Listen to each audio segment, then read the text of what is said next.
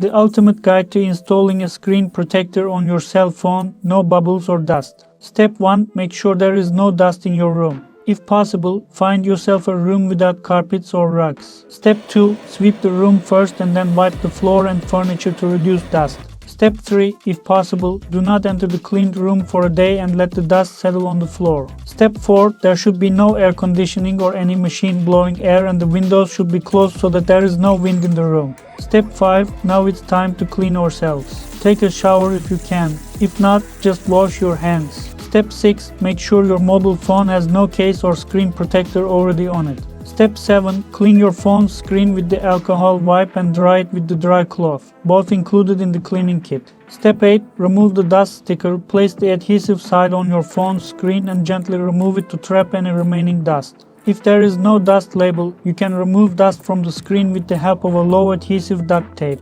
Step 9. Once your phone's screen is clean, hold the screen protector along the edges and carefully remove the adhesive film. Do not wait too long after removing the adhesive film from the screen protector. Paste it on the screen as quickly as possible. Do not let flying dust fall on the screen protector and phone screen. Step 10. Do not touch the screen protector to the screen and then remove it again. Slowly drop it on the screen in a perfectly symmetrical way. Step 11. Align the screen protector to your phone's screen. Apply it gently and press down on the center of the screen from top to bottom. To prevent it from being crooked, you should align the edges of the screen protector with the device. However, this requires a special skill. First, approach the diagonal edges symmetrically, hold your breath, and then approach and stick the other diagonal edges symmetrically. If it turns out crooked, leave it as it is. If you remove it, it will never be perfect. Step 12. If any bubbles remain, keep pushing them toward the edges. It can take 24 to 48 hours for bubbles to disappear completely.